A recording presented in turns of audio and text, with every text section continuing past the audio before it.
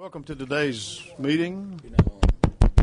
There we go. Welcome to today's meeting of the special call meeting of the members of the Muskogee City Council. Roll call.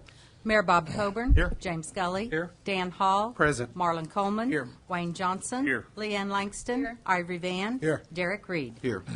We are accounted for. Item number 1. Consider the appointment of Janie Boydston to Ward 1, filling the vacancy created by the resignation of Councilor David Jones, to be held until the next regular election in accordance with City Charter 2.06, or take other necessary action. And I will appoint myself to this item. Janie is my recommendation to fill, not mine, she's the recommendation actually that Councilor Jones has made to fill the remainder of his seat, which will be until the next regular election cycle that comes up. So that's a little different than what was talked about earlier, maybe information-wise. But so she said, according to city charter as well as state charter, she would be seated until the next regular election cycle, Which is in 2016, Mayor. which is 2016. So I move for confirmation of her. Second. Got a motion and a second. Is there discussion? Yes. I have a question. On this appointment, as a city councilman, I'm just wondering, I looked at my packet Friday, that's when I knew about this, and I didn't know it beforehand. When we have things here happening here in the city, a city councilman generally gets a text knowing what's going on, but I didn't know anything about Ms. Boydston being appointed as a city councilor until I opened my packet. And I think it's bad practice when a councilman is not aware of what's going on. Okay? And I just want to make note of that. And also, Mayor, and I love Ms. Boydston to death. I really do. I know her ever since 2005.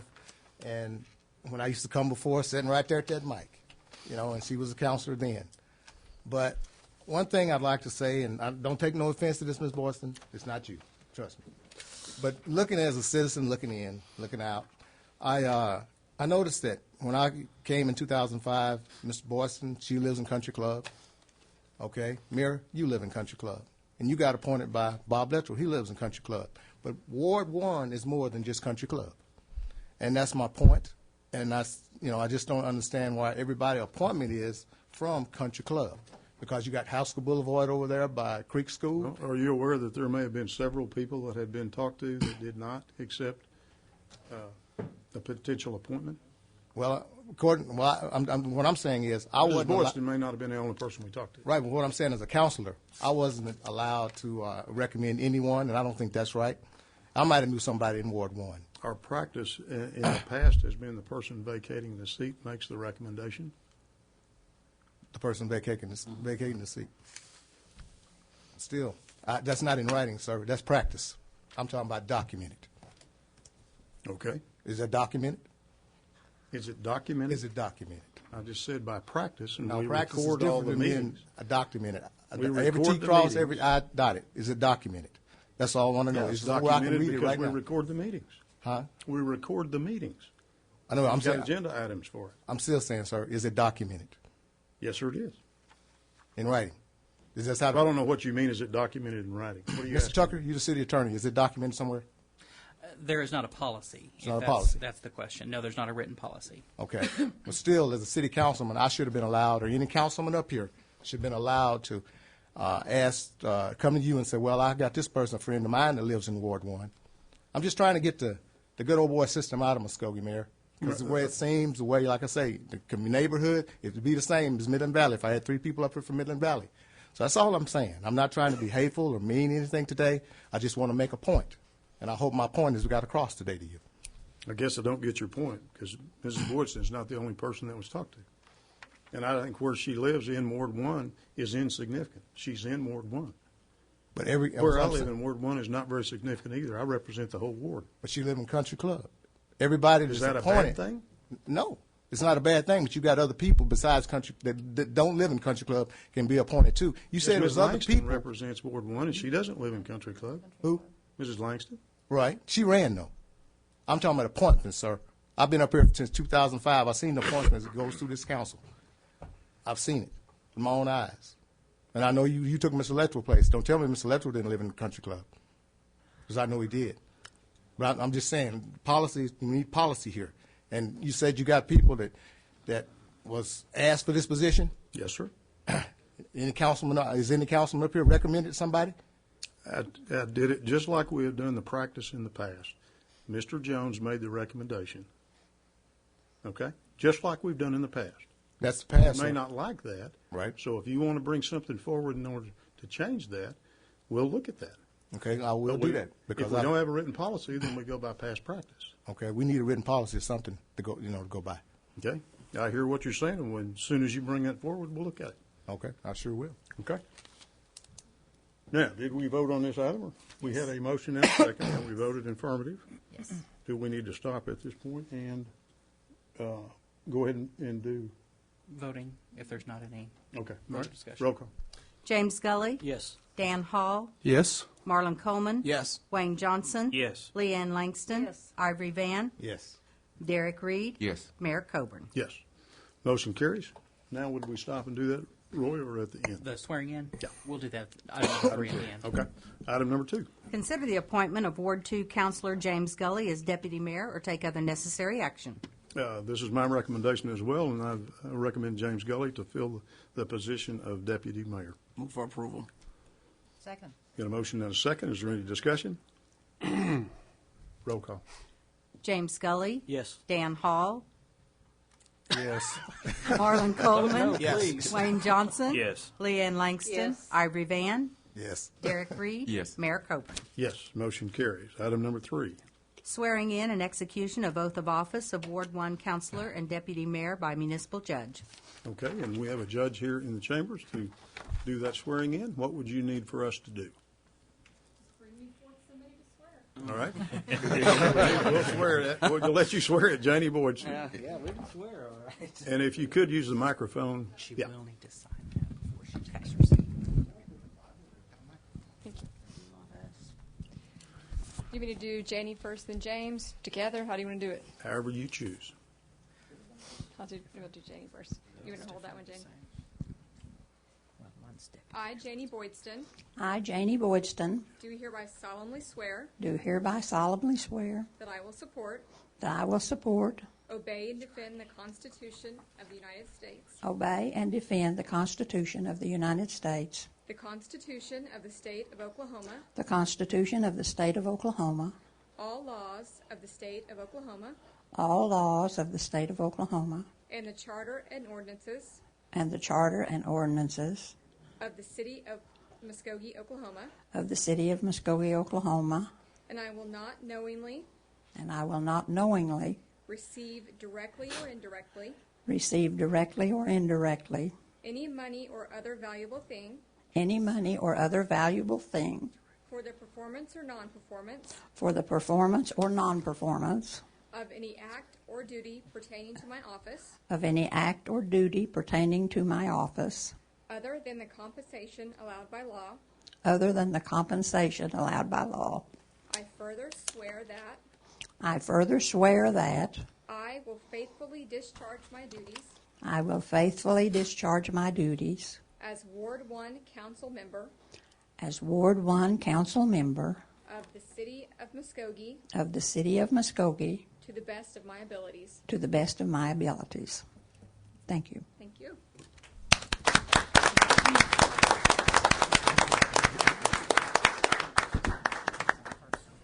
Janie, we're going to ask you to come sit up here now. Okay.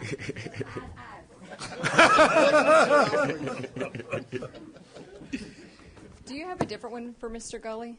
I mean, does it say something different, such as Deputy Mayor. Deputy Mayor? Okay, just making sure.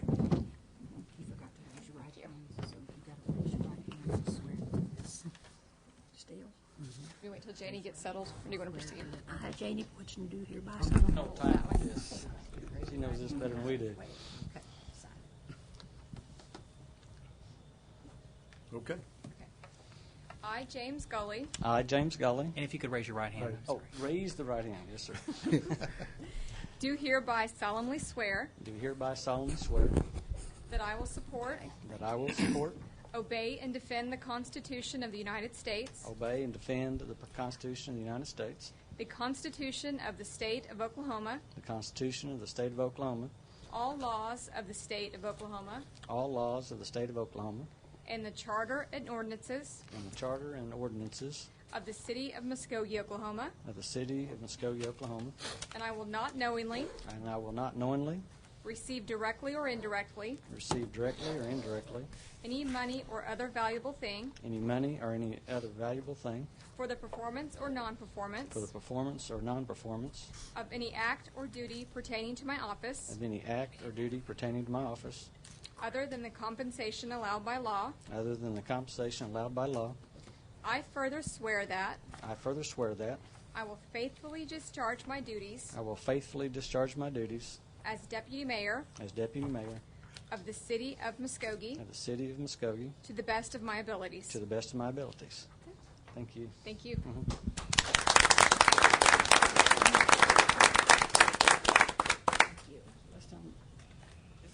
Thank you, Judge. Appreciate it. That marriage deal. That concludes our agenda for the special call meeting. We'll now go to the Public Works meeting whenever Mr. Gully gets finalized on his activity. You want right here?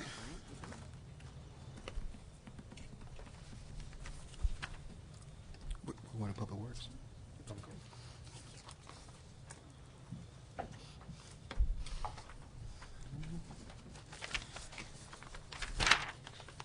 So we're doing Public Works now? Public Works. Or uh-huh. Finance? Public Works. Public Works. All right. Let me get my stuff here. We will call to order today the Public Works Committee meeting for January 20th, 2015. Item number 1. Consider approval of Public Works Committee minutes of January 6, 2015. Any additions or changes? Move for approval. Excuse me while I get settled in here in this new seat and chair. Have a motion and a second. Any discussion? Roll call. Deputy Mayor James Gully. Yes. Janie Boydston. Yes. Dan Hall. Yes. Marlon Coleman. Yes. Wayne Johnson. Yes. Leanne Langston. Ivory Van. Yes. Derek Reed. Yes. Mayor Coburn. Yes. And the motion carries. Item number 2. Consider approval of a request for proposal for engineering and installation of wayfinding signs, and if approved, authorize the purchasing department to submit the RFP or take other necessary action. Mr. Garvin, you're a long way away. This is one of the projects that came out. Gary, I don't think your mic's on. This is one of the projects that came out of the AIM meetings, and the Chamber of Commerce kind of was the lead person on this project. They got it started. What they did is went out and identified the location of the signs, the type of signs, and the size of signs. Now that that's complete, they asked that the City of Muskogee take it over, and the next step in that is going out for bids. Well, after reviewing this project, we figured or determined that it would be best to do an RFP, request for proposal. Some of the reasons for that is because of the engineering that need to be involved and also the installation of the sign. So what we're asking is for approval of the RFP, which is attached in your packet. It consists of installing 11 signs that are wayfinding signs at 11 locations, which is also included in your packet. As far as the funding of the project, the City of Muskogee has $100,000 that they budgeted. The Chamber of Commerce has $60,000, so the total project cost is $160,000, or the total amount budgeted. We think the cost may exceed that $160,000, so as one part of the RFP, we have requested that they provide us a price for each size and style of sign. There's actually 3 sizes, small, medium, and large, and there's 3 styles of signs or type of signs. There's panel, solid, and blade. So if the cost exceeds if the proposals that we've received exceed the $160,000, we may have to change a medium sign for a small sign, or we may have to do a medium solid sign in lieu of a medium panel sign. But we won't know until we get the proposals. So right now, what we're asking is to approve the RFP and authorize the purchasing department to submit or send out the RFP and start getting some proposals. Be glad to answer any questions. Prague, who prepared the RFP, is present, and Treasurer with the Chamber is also present if you have any questions. Hey, Gary Gar, was everybody happy with the final destination of all these, the gateways and everything? Now, the gateways, which we'll talk about that. The item wayfinding here, signs, but as far as the yes, wayfinding signs, I think I haven't heard any concerns with those. The majority of those are going basically where the current ones are located. There's some minor adjustments that's been made, but I haven't heard any concerns about the location of the wayfinding signs. Okay.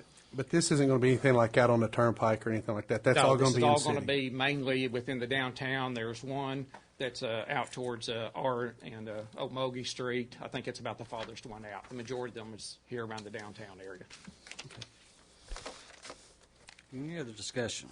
For approval. Second. Have a motion and a second. Any other comments or discussion? Roll call. Deputy Mayor James Gully. Yes. Janie Boydston. Yes. Dan Hall. Yes. Marlon Coleman. Yes. Wayne Johnson. Yes. Leanne Langston. Yes. Ivory Van. Yes. Garrick Reed. Yes. Mayor Coburn. Yes. And the motion carries. Item number 3. Consider approval of change order number 2 to construction contract with KBC Construction Incorporated for the Muskogee wastewater lift station rehabilitation, or take other necessary action. Mr. Kingston, I suppose. Yes, yes. We're getting close to closing this project out, and there were some changes early in the project. Some things were left out that originally had been planned, that we ended up with basically had some extra money at the end of the job, and there's some improvements we wanted to use that money for to help get more life out of these lift stations. There's no change in the contract price, and the only time extension is just the shipping, delivery on the parts. And I recommend approval. Move for approval. Second. Have a motion and a second. Any discussion? Roll call. Deputy Mayor James Gully. Yes. Janie Boydston. Yes. Dan Hall. Yes. Marlon Coleman. Yes. Wayne Johnson. Yes. Leanne Langston. Yes. Ivory Van. Yes. Garrick Reed. Yes. Mayor Coburn. Yes. And the motion carries. Item number 4. Consider approval of change order number 1 to the construction contract with Goodwin & Goodwin Incorporated for the Martin Luther King Street rehabilitation, or take other necessary action. Mr. Kingston. This is on our Martin Luther King rehab project. When they got into it, they found that, well, there's some of the information that wasn't really readily available to the engineers, where there's some conflict with the storm drains and the sewer connections. On the upside, there were some of these connections that were inferior, were close to failing, and by changing these connections now, we won't have to go back in and tear the new road out to fix these back up. But right now, we're looking at 20 of them at approximately $1,500 a piece, and for a total of $30,000. And recommend for approval. Any questions? Myself or Prague could probably answer. And if I'm not mistaken, we were on the street committee.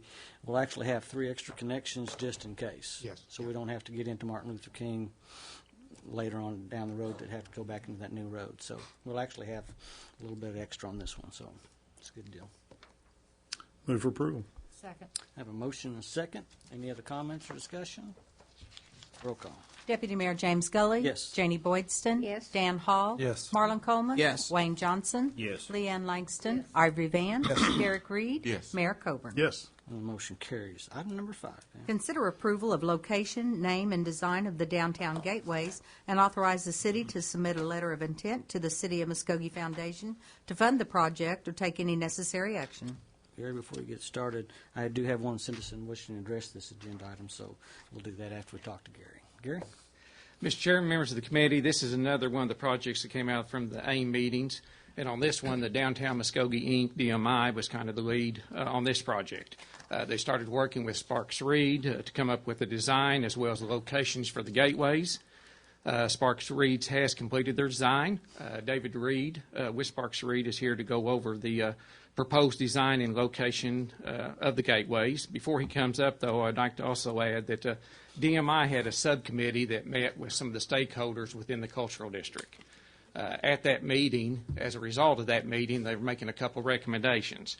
One of the recommendations is to change the name from the cultural district to the depot district, and the proposed gateway to be located at 3rd and Columbus in lieu of 4th and Columbus. And a copy of the letter from DMI was included in your packet. As far as the funding for this project, the estimated cost is $750,000, and from what I understand, that is the maximum cost, what it would be. Currently, we do not have funding to fund this project, but if you approve the location and design of the gateways tonight, we're also asking that you authorize us to submit a LI, letter of intent, to the Foundation Quality of Life Committee for the funding of this project. At this point, I'd like to have Mr. Reed come up. He's got a PowerPoint presentation to go over and give you the design and the location of the gateways.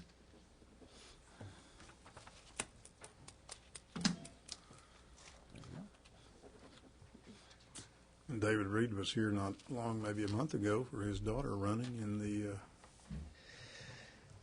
Yes, sir, Mr. Mayor. Yeah. Not me running. in the park. Just on her own.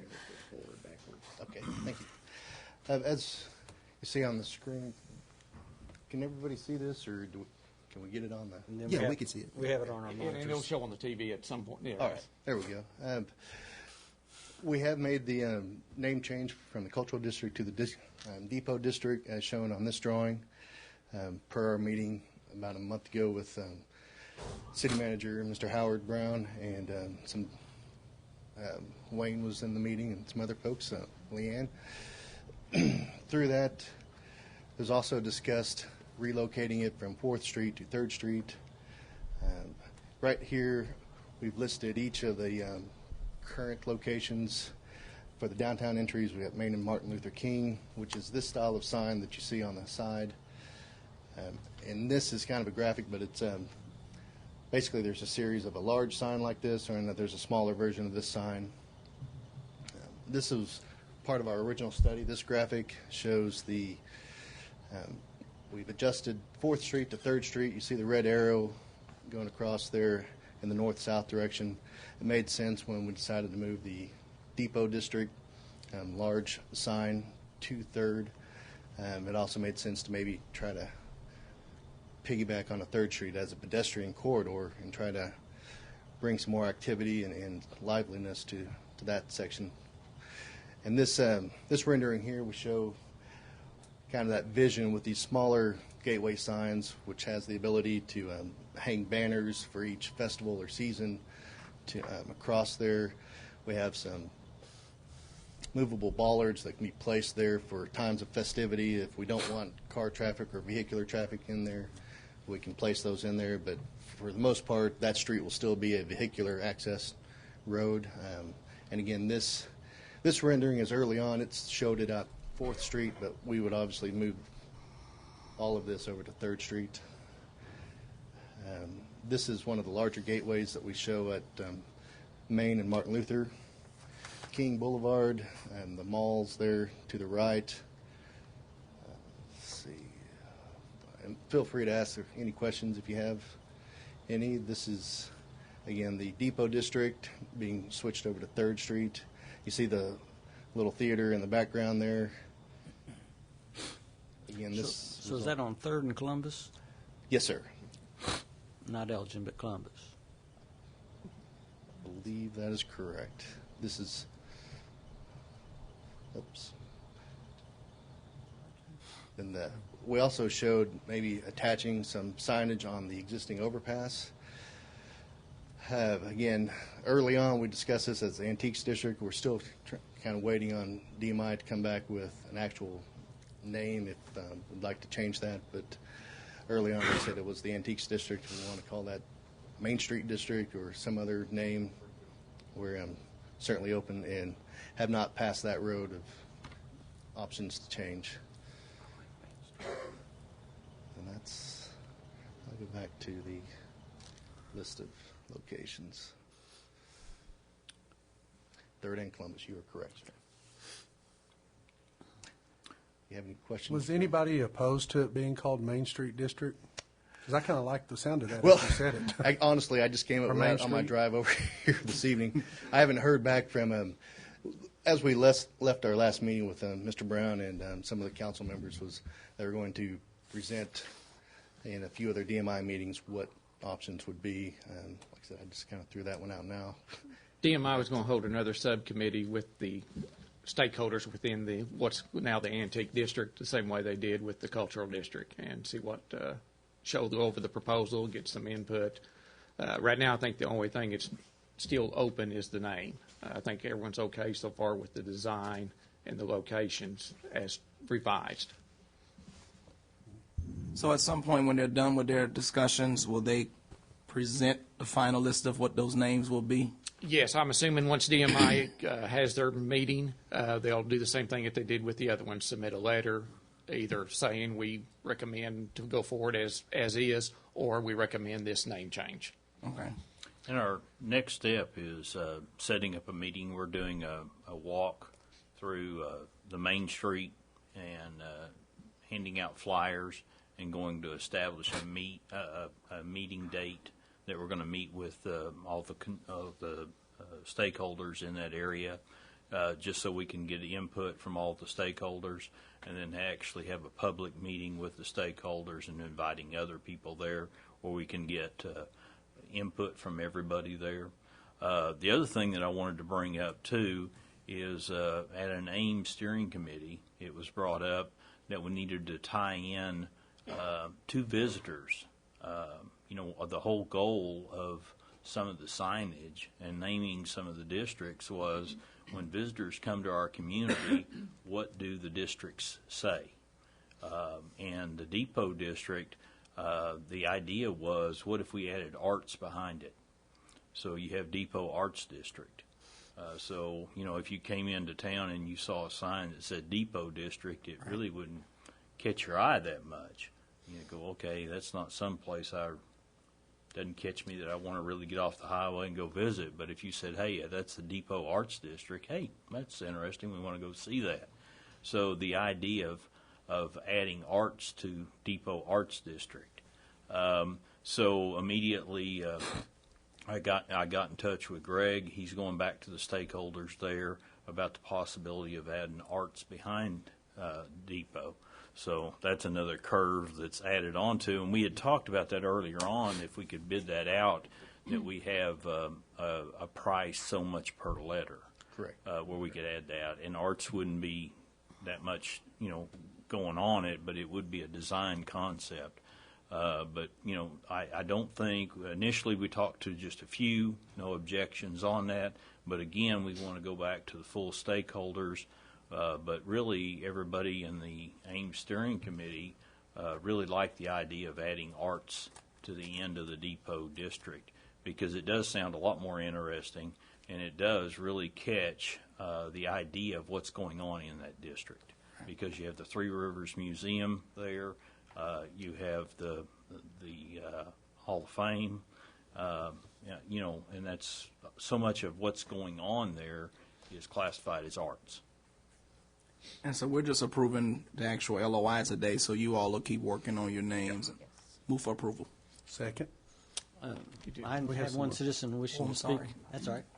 We'll hold on that motion in a Yes. second. Teresa Rutlinger will recognize you, and you'll have 5 minutes. I need your name and address, and you have 5 minutes.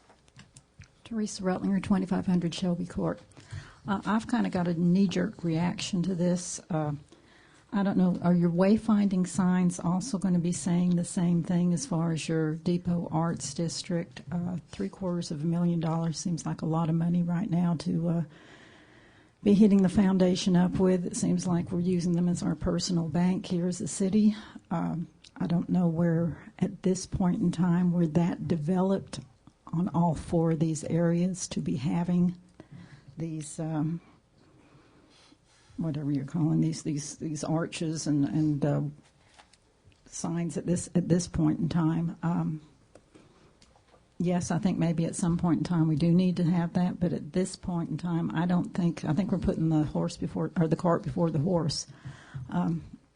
It just seems like, looking at $187,500 on average for each sign, I don't know where it's going to be bringing that much more traffic to Muskogee. Most people know where the Antique District is. That is a developed area. As far as the corridor, that third corridor, that's really not developed yet, and it's going to look kind of stupid for us to have a sign there and nothing really be there at this point in time.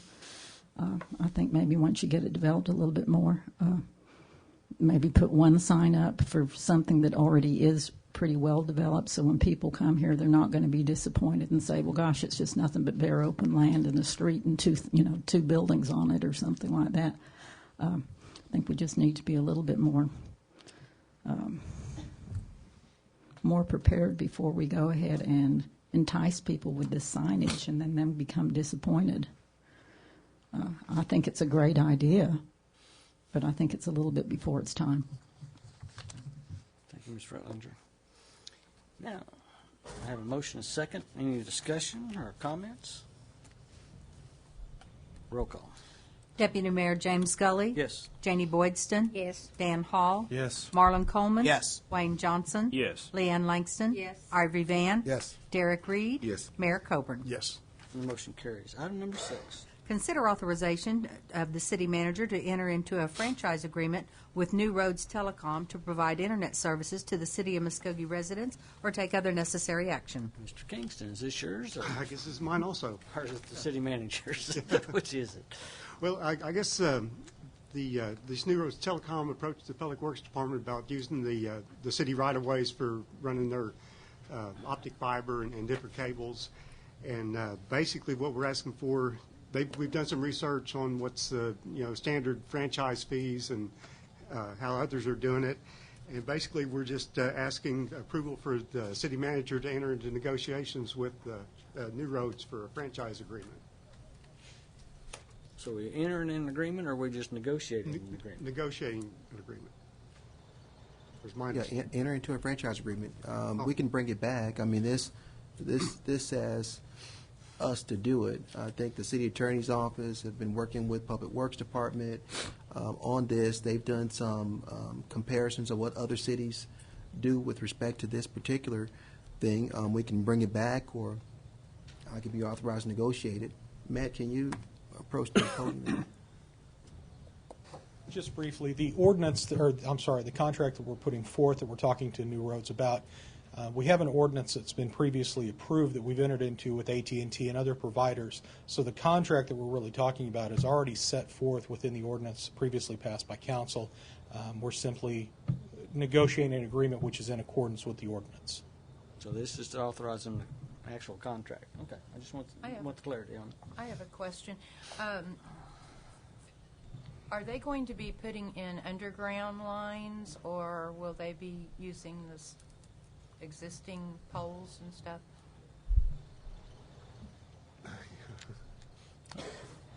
Ms. Langston, I have Mr. Stuckey, who is the owner of New Roads Telecom. He'll answer that question.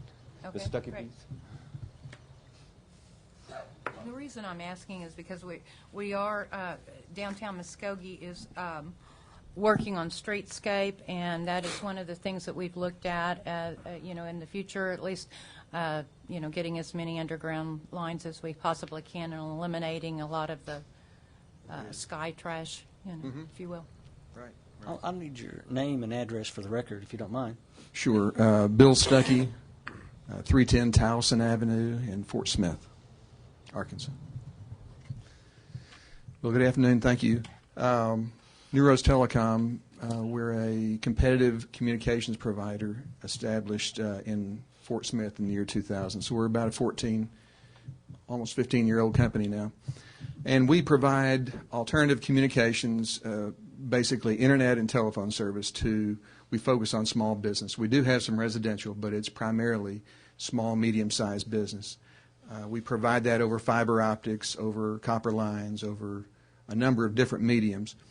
We were looking to expand our territory, and we do business in Oklahoma with the city of Salisaw and with Lakes Regional Electric Co-op. So Muskogee was a good area for us. We looked at it versus Tahlequah versus some towns in Arkansas, and we just like the size of Muskogee. It's just got a great location. There's many good things about Muskogee that we chose Muskogee to try to expand into. So, on that note, we did some preliminary engineering. We got a couple of phases that we're looking at. The first phase is about 15 miles of fiber optics. About 60% of that is aerial, 40% is buried. Okay, so I would have to get you a map to show you kind of what our pre-engineering studies showed. But that's not to say that we couldn't, in those areas downtown where you would like to keep it underground, that we could do that. Because I know that a good bit was already going to be buried downtown, but there are some aerial pieces that would have to be done. I'm in favor of this, but I would like to see if we couldn't get some more information about that. Sure. Along with it. Okay. Any other questions? Thank you, Bill. Thank you. Any discussion amongst the committee? I'll entertain a motion. Move for Move for approval. Second. Have a motion and a second. Any other discussion? Roll call. Deputy Mayor James Scully. Yes. Janie Boydston. Yes. Dan Hall. Yes. Marlon Coleman. Yes. Wayne Johnson. Yes. Leanne Langston. Yes. Ivory Van. Yes. Derek Reed. Yes. Mayor Coburn. Yes. Motion carries. Item number 7. Consider approval of a one-year lease agreement for office space with B&B Trading Company beginning on February 2nd, 2015, or take other necessary action. Mr. Brown. Thank you, Mr. Chair, members of the committee. As you know, last year we created a department called Retail Business Enterprise, and we actually need office space for that office to be set up. We were able to negotiate a pretty good deal with the property owner at 230 West Muskogee Street. The lease agreement is for 1 year. The item is attached. I think Donnie Wembley was able to negotiate it down $100. Is it? I'm asking that you approve a 1-year lease beginning February 2nd. How many suites are there in this? Is it just one suite? Donnie, could you come to the mic? Where we have the retail development, there is 5 offices there. Okay. But suites-wise, I think it's like 4 Okay. that's there. Okay, thank you. Is it ready to go, or any renovations, or is it move-in ready? Is it move-in ready, Donnie? Yes. Okay. Cool. There may be some modification, but the facilities maintenance manager can handle that. Yeah.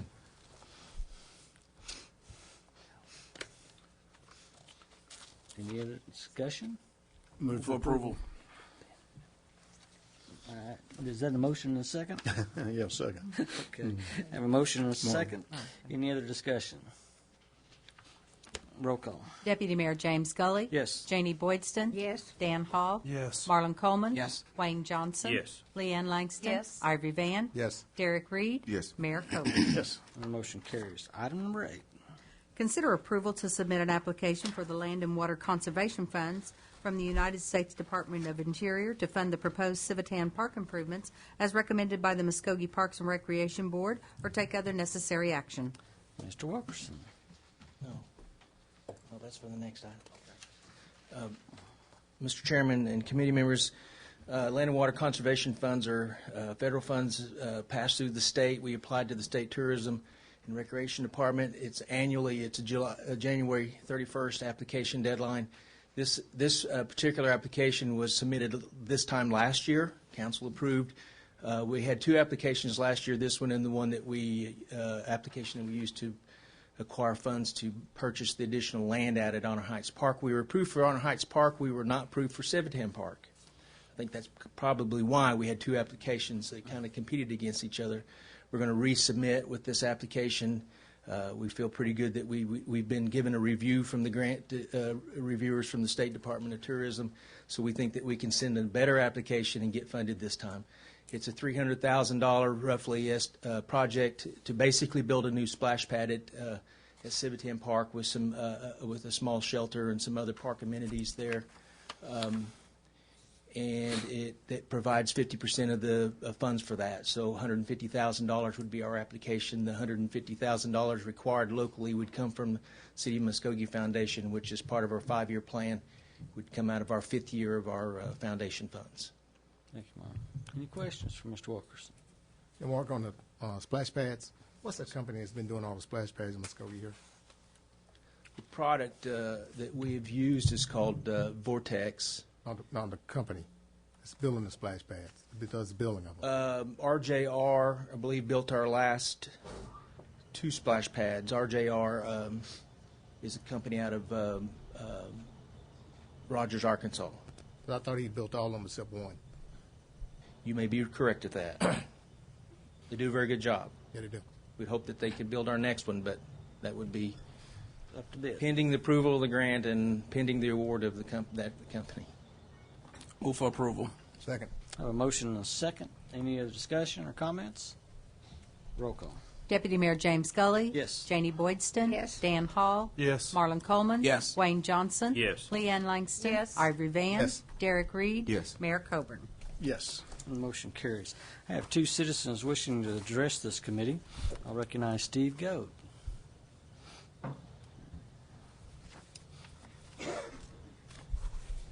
Steve, I need your name and address for the record, please. Steve Gold, 540 West Harris Road. You'll have 3 minutes. I am the owner of A Plus Record here in Muskogee, and would have been here sooner if I'd have known about what was going on with this one bid record deal that's going on. I had talked with a couple of you back in November when it was brought to my attention that this was being talked about, and I was told that it's nothing to worry about, don't worry about it, so I didn't worry about it anymore. Well, last week I got this phone call from where you all voted to accept one record bid deal, and I had like 10 record companies call me very upset about it, and some of them are sitting back here now. We don't think it's right. We're going to lose anywhere from 30 to 40% of our income from this.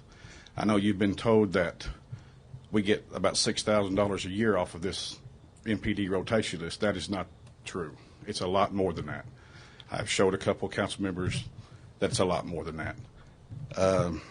You're going to put more than likely 6 to 8 of us will go out of business. We'll shut our doors down if this is passed. I got a bid proposal this weekend, Saturday, and looked it all over. There's only one record company in town that has a big record. And according to the way I've read this, you can sub out the big record if I was to get the contract and use them to move big, like your fire trucks and things of that nature. Well, it also says in there that that's going to be done free. It's going to be at my expense to pay that big record company for that. So that's not going to be right. So that really needs to be looked at if you go along with what y'all have decided. But like I say, you're going to put a lot of record companies out of business. I've watched every one of you and followed you when you ran for your offices this time, and you told everybody that you was for small businesses in Muskogee. This is not for small businesses in Muskogee. This is going to make one record company a lot of money because there's a lot of money involved in this. I know you don't realize how much there is, but there is a lot of money involved in this.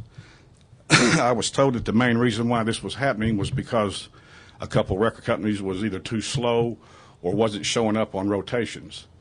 Well, there are rules and things that we have to go by that are set in place. If this happens, they ought to be kicked off the rotation list. Those things need to be enforced. So what we're asking is for you to, when these bids are submitted, to reject the bids, leave it like it is, and kick these companies off that aren't doing their job the way they're supposed to be done. We shouldn't be punished for what a couple other record companies are doing. When you go home tonight, to stop and think if you lost 40% of your income, how you would feel. And you worked 15 years to start a company and you worked hard and you got families that work for you that are going to be out of work, plus 6 other companies that's going to go out, 6 to 8. What would you'd be upset also. So we just ask for y'all to think about that. And again, when these bids come in, just reject them and let's all get together and start over and do it right. Thank you. Thank you, Steve. And I have Dale Ford. Recognize Dale Ford.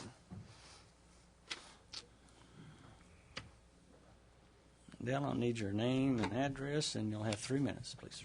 Dale Ford, 211 North 7th. And again, this is new to me. Been in the record business 25 years here in Muskogee. And reflecting on what Steve said, 6 months ago I got a highway patrol call. I'm there in 11 minutes. And the highway patrolman said, "Oh, you're living up to your name. Ford's Auto Service and Towing, spells fast." He'd waited on another guy for 45 minutes. So if that's what you're hearing, pull them off the rotation for 30 days. Penalize them, if they're not going to respond timely. If I was a police officer, my biggest gripe would be waiting for a record to show up. And a lot of times we get, most of the time we get there, they're still inventorying a vehicle. PD inventories a vehicle before it's released to us. They have to just to protect people's property. Definitely would put me out of business, out of the record business. I work for the police department, highway patrol, the county sheriff. That's who I drop what I'm doing to do my calls. Stepped out of the bathtub without even drying off, get my clothes on, go do a call. When Luby's was open, me and my 24-year-old daughter, who was about 4 at the time, were at the end of the line with our tray of food, and I get a PD call. I'm working off of a pager back then, and they go sit down at the table, I go do my call, and when I get done, I come back and finish dinner with them. Definitely respect the officers who are out there depending on us to do that job. And if that's one of the reasons for wanting to go to a bid, let's correct that problem. Anyway, thank you for your time. Thank you, Dale. Seeing no other speakers, this committee is adjourned. I'd like to call to order the Finance Committee meeting for January the 20th, 2015. This time we acknowledge Mayor Bob Coburn with some acknowledgments. Can the committee members meet me down in the front? We have 3 recognitions that we need to do today. Thank you. Is everybody on that committee?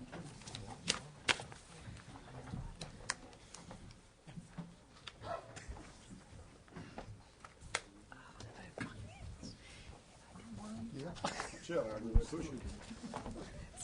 That's right.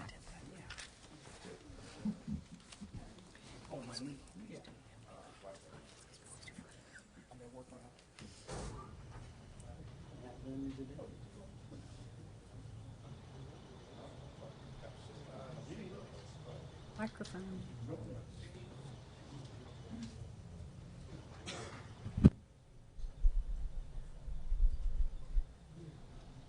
Jeannie Lewis, January 25th, January 2015. Jeannie began working. It's not on. Testing one. Yeah, well, there we are. Jeannie Lewis is our Employee of the Month for January of 2015. Jeannie began working for the city in 1999 in the city attorney's office. 4 years later, Jeannie was promoted to the court clerk. Jeannie possesses an associate degree in computer science and a bachelor degree in healthcare administration and is just a fine employee for the city of Muskogee. Congratulations on being an Employee of the Month. And we have a key to the city to present to you as a congratulations. Thank you very much. Thank you. You want to say anything? I appreciate the opportunity. Thank Pam for hiring me. I do consider my job an opportunity, and I come to work every day and hope to make a difference, and it's an honor to be recognized for this. Thank you. If you could shake hands with everybody. I'm going to hold up for you while you do that. Okay. And he took it back, didn't he? That's not right, is it?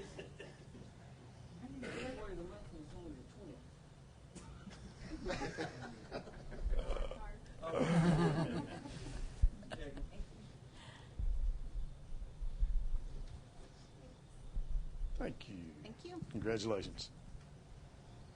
Don Kaufman. Can you join us up front?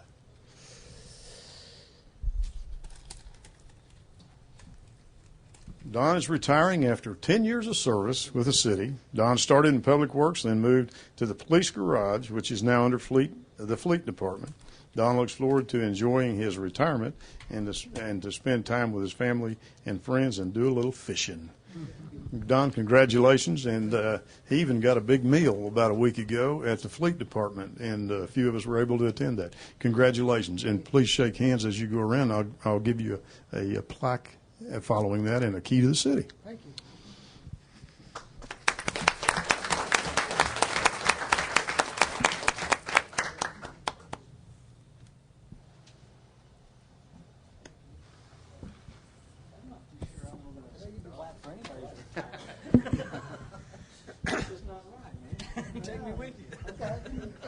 Kind of hard to imagine that people retire so young, isn't it, James? Yeah. Don, here's a gorgeous plaque with your name on it in commemoration of your years with the city, and we just want to say thank you. Thank you. And then a key to the city. This fits everything except my office, but there's nothing in there anyway you'd want. Congratulations for both hands. Thank you. Thank you. Great job. Appreciate you. Then we have a recognition for the airport facility, and who is going to do that for us? Do you want this to hold in hand? Yes, sir. Yes, sir. I'll just put it back up here before I drop it.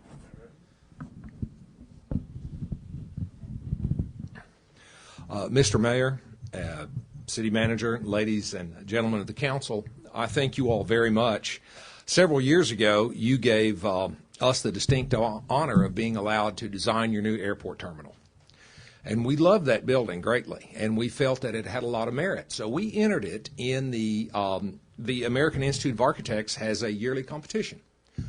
46 buildings were entered, and 3 were given awards of merit for architectural excellence. One of them, the Davis Field hangar. This is, like I say, this year alone there were 46 and they picked 3. The jury was a group of architects from Indianapolis. So, and they commented in the awards presentation, they commented on the functionality and the beauty of the building. We're very proud of this, and we want to present this to you and to Mr. Johnson, who is Gary Lynn. I'm sorry. That's Stillwater Airport, buddy. I'm sorry. Get him. But I want to thank Mr. Gary Lynn for being a wonderful person to work with. Mr. Mayor, I would love to make this presentation to you, sir, and thank you very much for the opportunity you gave us. Could you turn around real quick? Could we all get together? Sure. You all want to shake hands across that? We do. That's okay. Gary Johnson will be as mad as Gary Lynn. I don't know if you have had a chance to visit the terminal at Davis Field, but it is an incredible facility. We have had 2 or 3 meetings there with potential clients coming to the city of Muskogee. So in terms of it being functional, it is extremely functional, and we appreciate your efforts. Gary, thank you for what you do at the airport. We're pleased to have it. Thank you, sir. Would you like to say anything, sir? No. Okay. We just accept this then. Thank you very much. Great job. Appreciate it.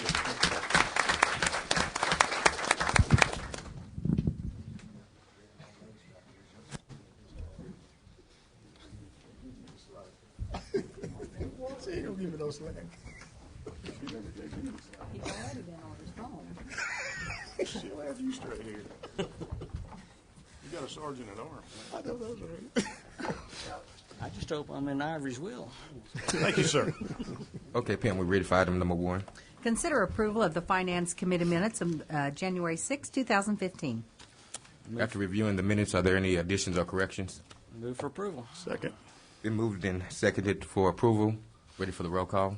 Deputy Mayor James Gully. Yes. Janie Boydston. Yes. Dan Hall. Yes. Marlon Coleman. Yes. Wayne Johnson. Yes. Leanne Langston. Yes. Ivory Van. Yes. Derek Reed. Yes. Mayor Coburn. Yes. Item number 2. Consider approval of claims for all city departments, January 1st, 2015 through January 15, 2015. Do we have a report from the purchasing committee? Yes, sir. The purchasing committee met earlier today and reviewed the report of claims, and I move for approval. Second. Been moved and seconded. Any discussion? If not, the roll call. Deputy Mayor James Gully. Yes. Janie Boydston. Yes. Dan Hall. Yes. Marlon Coleman. Yes. Wayne Johnson. Yes. Leanne Langston. Yes. Ivory Van. Yes. Derek Reed. Yes. Mayor Coburn. Yes. Item number 3. Consider approval of a professional service agreement with Michael S. Bates, Labor Relations Consulting Services of Tulsa, Oklahoma, to provide labor relations services between the City of Muskogee and the American Federation of State, County, and Municipal Employees, the International Association of Firefighters, and the Fraternal Order of Police, conferring the time frame of fiscal year 2015-2016, as well as related employee labor relations work as determined by the city, and authorize the mayor and the city clerk to execute the agreement or take other necessary action. Acknowledging Kelly. Good afternoon, Chairman, members of the committee. It's very different having somebody over on this side. A little bit of history for Ms. Boydson, and those of you who may not know, Mr. Bates served as our part-time HR director from 2008 to 2012. Last year, he did provide labor relations consulting for us for all union negotiations. I'm asking for another contract renewal for Mr. Bates to serve as our city negotiator for the 2015-2016 contract year that is fastly approaching, just a couple of weeks away. And I'm happy to answer any questions you may have. I sure can. Any questions for Kelly? Move for approval. Second. Been moved and seconded to this item be passed. Any other discussion? If not, roll call. Deputy Mayor James Gully. Yes. Janie Boydston. Yes. Dan Hall. Yes. Marlon Coleman. Yes. Wayne Johnson. Yes. Leanne Langston. Yes. Ivory Van. Yes. Derek Reed. Yes. Mayor Coburn. Yes. Thank you. Item number 4. Consider approval accepting the low bid from Dirt Work Done Right in the amount of $2.15 per square foot to demolish structures through the City of Muskogee Foundation CIP demolition program or take other necessary action. Mr. Garvin. Mr. Chairman, members of the committee, as you're aware, the City of Muskogee received a grant from the foundation in the amount of $1 million. It was matched with $900,000 from the CIP for funds. for a total cost of $1.9 million to demolish 400 to 500 structures over the next 2 years. And this is for the demolition program. Now, in the past, when we went out for demolition bids, our bids were a cost per structure. However, on this project, with the large number of structures, 400 to 500, and the relatively short time frame, 2 years, to demolish 400 to 500 structures, we decided to do a cost per square foot in lieu of a cost per structure. With that being said, we received 7 bids, and you should have a copy of the bidder's tabulation sheet within your packet. Dirt Work Done Right was the low bidder at $2.15 per square foot.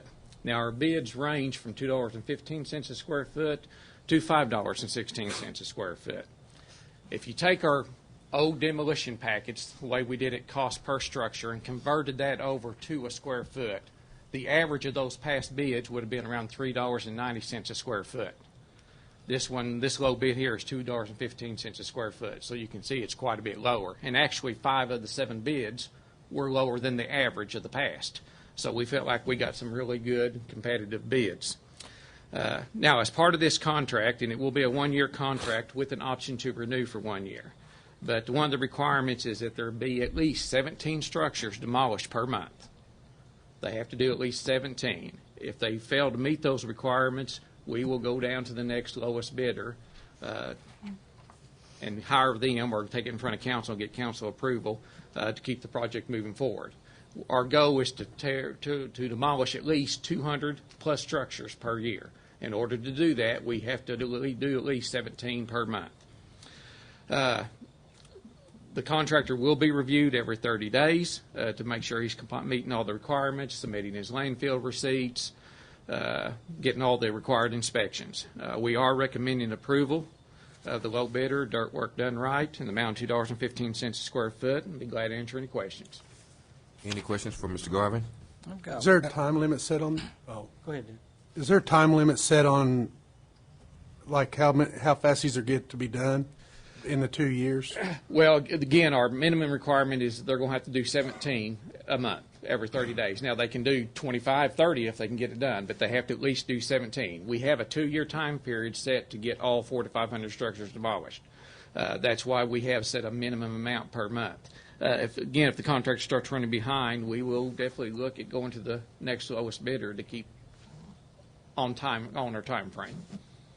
Okay. Gary, one of the contractors, I think, in the early bid process had asked if we could supply them to them faster. Is this by chance the person that won the contract? I'm not for sure if he's the one who asked that question, but 17 is just the minimum. If they can get 30 done, we will give them 30. We'll give them houses as fast as they can demolish them. If someone could do 30 or 40 or 50 a month, are we prepared through the legal process to be at that point, to be able to turn them over to them? If they went that fast, they would catch up with us at some point, but we're going to keep them busy. If they was to do 50 a month, we'd keep them busy for several months before they caught up to us.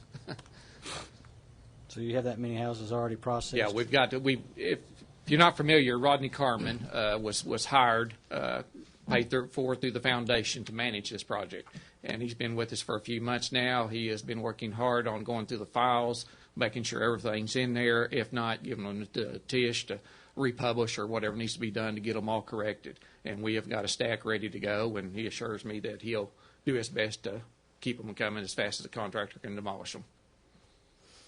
I guess my other question is, it just occurred to me, we've been demolishing houses with the community block grants. Correct. What's going to happen? That project will continue. We'll still demolish them through that grant. We just did a packet, I think, a couple meetings ago. Yes, we did. This will take care of the backlog, and then the other This will be the backlog. The ongoing. We typically have around 60 to 80 annually that end up getting to the shape to where we need to condemn them. That CDBG will, once we get the backlog, we plan on using that to stay even with it, to keep them, to demolish them as they're condemned. So we're basically. not going to repurpose those grants for any other projects? If it comes to the point where we don't need all the funding for demolition, then yes, we would. I'm saying for the next 2 years. It's possible we could look at that for the next 2 years, especially with the bid price we got, because at this price we'll be able to do a lot more houses than what we anticipated. But that's something we could definitely look at to see if we want to do it on some type of water or sewer project. It has to be certain projects is all that'll qualify. But we could look at Sidewalks or that. anything like that? I think it's possible that we could do that too. I'll have Tish and get with the manager and see if that's something worth following. I was just kind of throwing that out there. That might be something we might be interested in repurposing those dollars, since we've got 1.9. And I'll have to see what the process would be to notifying the Chamber of Commerce or the Department of Commerce and seeing if what needs to be done to reallocate those funds to a different project. Okay. But we'll check into it. Do we have a priority set as far as those to be demoed? What I've asked them to kind of look at is some of the main streets throughout the Muskogee, around the schools, places like that. But we still want to try to get them grouped in the area because we don't want the contractor running from one side of town to the other. We've got so many we want them to do, and we want to keep them grouped together as much as possible so we can get to them quicker. But we are looking at certain areas to start that would make a definite improvement and big show here at the beginning. Yeah. My concern is those that are around schools and those that are burnouts that leave just a really bad score on our community. Again, the only thing we don't want to do is just have to jump from one side of town to the other. We still want to keep them grouped. Yep. Thank you. Any other questions or comments? Move for approval. Yes, Oh, Gary. I'm sorry, Ira. I'm sorry. Have you seen these contractors work here? The one who got the low bid? Yes. They do a good job? Does a good job. There has been some time issues, and that's one reason why we're going to do a review every 30 days, because that's the only minor concern that we have. Y'all go back out when the house is tore down and the dirt work, if they have to haul dirt in, y'all go back out and look at it, make sure it looks good? Yes. I believe we have a first and a second, so I believe we're ready for roll call. We need a second. We need a second? Second. All right, with that in place, roll call.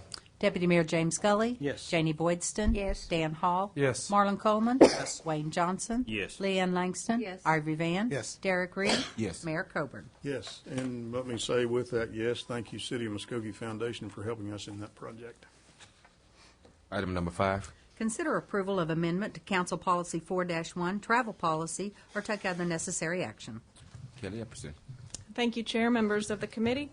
The city manager and I have been in discussions for a couple of months in regards to the travel policy. After reviewing the travel policy, we did find that there were some discrepancies within what we were actually doing, past practice, and what the policy actually states. So I have revised the travel policy to include a couple of different things. I'll run through those policy changes that we are recommending, and happy to answer any questions during the process or afterwards. In the purpose of the policy, one of the things that we do in a lot of the different policies is to tell everybody that the procedures cover everybody except if it's covered differently in a collective bargaining agreement. So that was in addition to this policy in the purpose. In the background, the policy pertains only to vehicles used primarily for transportation. It does not pertain to police vehicles, fire vehicles, or other emergency vehicles. That other emergency vehicles was added. Procedures for in-town travel, a Type 4 travel was added, the non-reimbursed use of a POV for official city business, and I'll explain that here in just a minute. Standards for transportation, Section 5, Type 1, may be driven portal to portal, and that has been changed, may be driven portal to portal with the authorization by the city manager. In the previous policy, it did say within the city limits of Muskogee. However, what we did find was there are numerous employees that are driving out of the city limits because of on-call status. So we would leave that determination up to the city manager to make whether that employee needs that vehicle for that purpose. And if they live in Fort Gibson or wherever, the city manager could allow that person to take that vehicle home. Type 4, which was the non-reimbursed rate for a POV. Department directors who have a transportation requirement and no city vehicle available shall receive a monthly vehicle allowance in lieu of local travel reimbursement.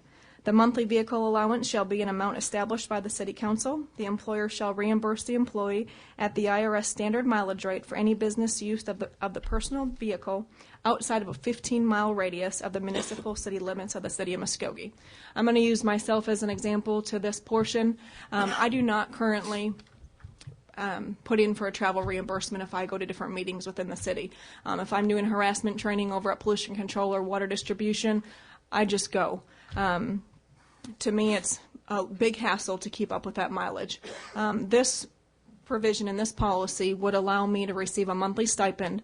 The city manager and I have discussed $250 at this time for those department heads who do not have a city vehicle to use, so we can actually get reimbursed for that. Not reimbursed, but a reimbursement in lieu of for that.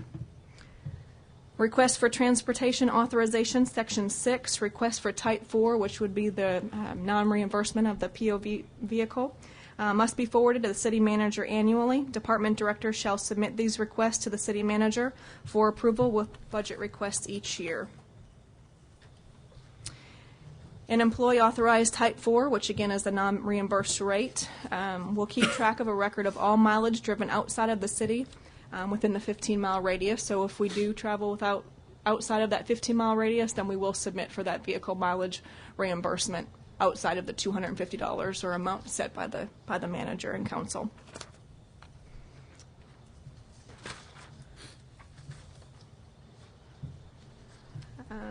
Those are the large amendments to the policy. I did change a couple of other things on the last section. Section F, if the traveler owes the city money, it will be remitted to the city treasurer because we don't actually have a revenue collections department. All the city finances go through this finance or the city treasurer's office. Change the dates applicable in the policy. A couple of the forms on the attachments, a little bit easier to read and to interpret for the employees because right now they are a little bit more difficult and it requires our exact hour and that we leave to be placed on, so I removed that as well. Happy to answer any questions that you might have. What happens if the director or the employee, the $250 a month, starts being down here and they're driving a lot more than what that $250 pays for? That would have to be a budgetary consideration. If we set aside $250 per month for each person, if it was discussed within the budget period and we could increase that money, that would have to be a determination by the city manager and the council to increase that money. Did we do any kind of did your department go around and kind of documenting miles and stuff, or ask the directors and these other employees to kind of get a base for how much they use their vehicles a day? No, sir. The city manager and I had just discussed $250, and I think that we thought it was just a fair amount to be used. There are people that drive in-town mileage, but then they also use their vehicle portal to portal, so it's very hard to determine how much is actually used. And when they go to lunch, where do they go, and is it for business purpose lunch or is it for a personal lunch? So that's going to be something that probably could be narrowed down a little bit, but not to the penny. Do we know about how much money it's going to save us a year? Do we have any kind of idea of that? Well, we have not done that analysis, but if we bought a city vehicle for their use, then that's a capital cost that you have to consider. So a vehicle for a department would cost you 15, 16 grand on a state contract or more. Maintenance on that vehicle through fleet department is a cost, and of course auto maintenance, gasoline, and those kinds of things. There's cost if we provide a vehicle for them. This benefits the city, and in some respect will benefit the employee. What is the tax rate on $250? How much of that actually becomes usable by the employee after you get taxed on that? I do not know that amount, but I do know that it will show up in, I think, box 14 of their W-2 statement. Oh boy, that was a pretty on-the-spot question right there. I know they'll be taxed on the $250. They are taxed on that. And so they'll be taxed on 5% of that? 25% of that they lose, so it's not really $250, it's like $210 or something. Yeah. If we put it in as a regular monthly amount, it would not be taxed at the 25%. If it is put in as a stipend, then it would be taxed at the 25%. So they would receive a little bit less of a benefit.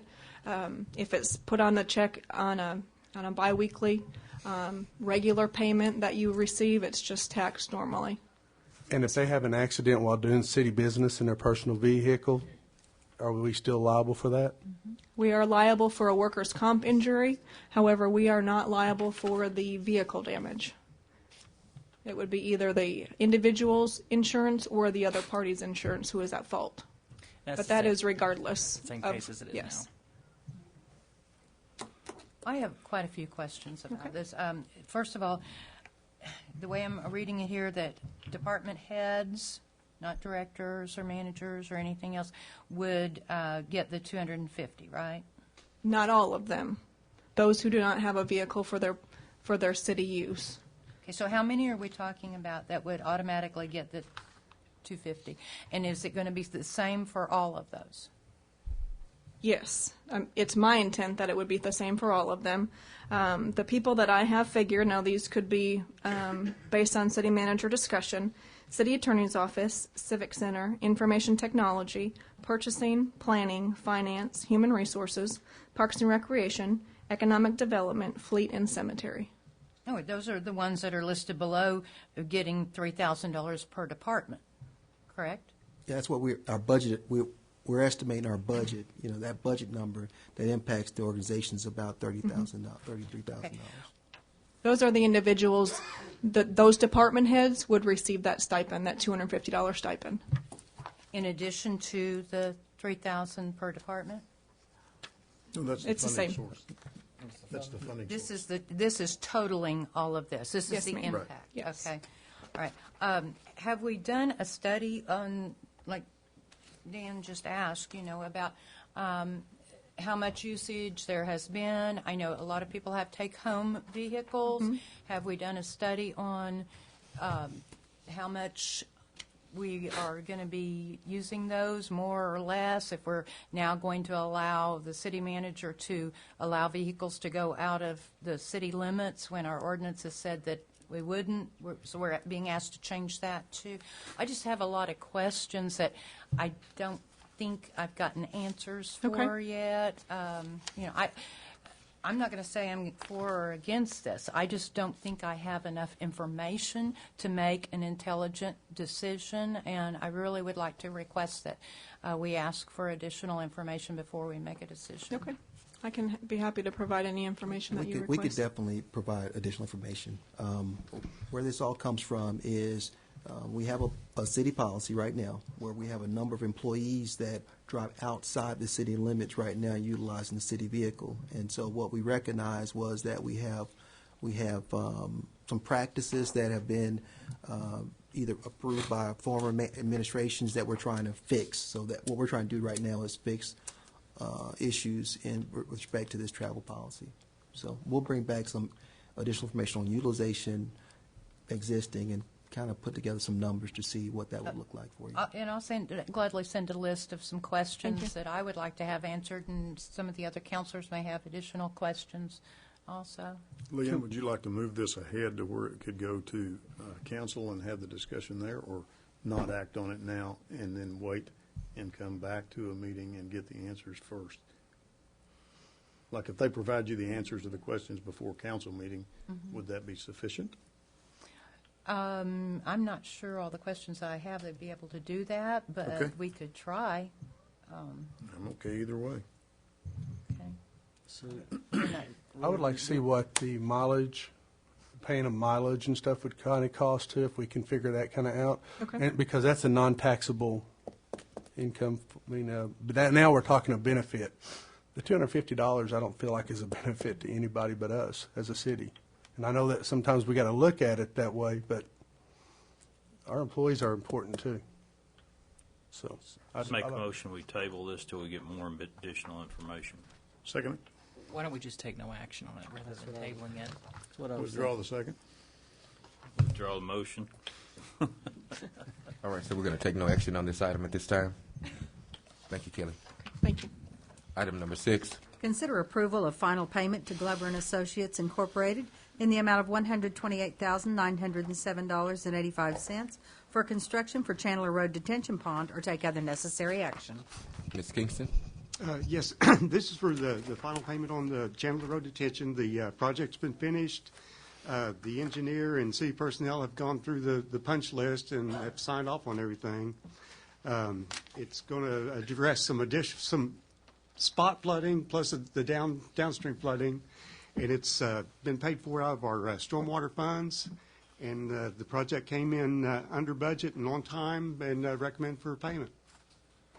All right, any additional questions? Okay, George, I noticed that we've had bars across it. Is there a time that we're going to start opening that up so people can park and walk around it? Yes, I'm not sure the exact the holdup right now, but yeah, there is parking to the once you go through the gate to the south. There's a parking area, and I'm not sure where we're at on that. But the project for Glover is complete. They've done all their work, and we're pleased with. But eventually, we're going to open it up where you can park and walk around there. Yes. Okay. Move for approval. Second. Moved and seconded that this item be approved. Any other questions? If not, roll call. Deputy Mayor James Gully. Yes. Janie Boydston. Yes. Dan Hall. Yes. Marlon Coleman. Yes. Wayne Johnson. Yes. Leanne Langston. Yes. Ivy Van. Yes. Derek Reed. Yes. Mayor Coburn. Yes. Item number 7. Consider acceptance of fiscal year 2014 audit report presented by Chuck Crooks, CPA, CBEW Professional Group, or take any necessary action. Yes, Mr. Chair and committee members, Chuck Crooks is here from CBEW in addition to present the fiscal year 2014 audit. Yes, thank you for letting us do your audit again this year. My name is Chuck Crooks. I'm with CBEW Professional Group. The audit opinion itself is page 1 of the whole audit book. It is an unqualified opinion, which means a clean opinion as far as for the City of Muskogee. It's a direct representation of the City of Muskogee's financial statements. Okay, that is the opinion on here. The other opinions we have in here on internal control and compliance, and those are on, I can't remember, they're in the very back. And there were no findings of internal control or compliance issues within the city. Also, since this year, the City of Muskogee was considered a single audit, which meant you spent over $500,000 of federal monies during the year. I believe it was $808,000 or something to that effect, that we had to do further testing on single audit or federal programs. And I think the federal program we chose was the airport program, which had, I think, spent $418,000. And we do additional testing on that $418,000 and follow through with it. So if there were any findings as far as federal programs, we would mention them in here, and there were no findings on the federal programs. Okay? Those are my representations here. Did you have questions of me? That's on page 72, under highlights, financial highlights. Could you go over there with me, please?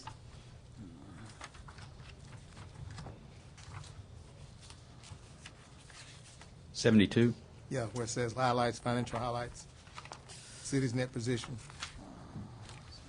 decreased. My page 72. 72? Or 144. 72 in my book, and it has 3 at the top and 72. Yeah, it's like the first page of your management discussion. Oh.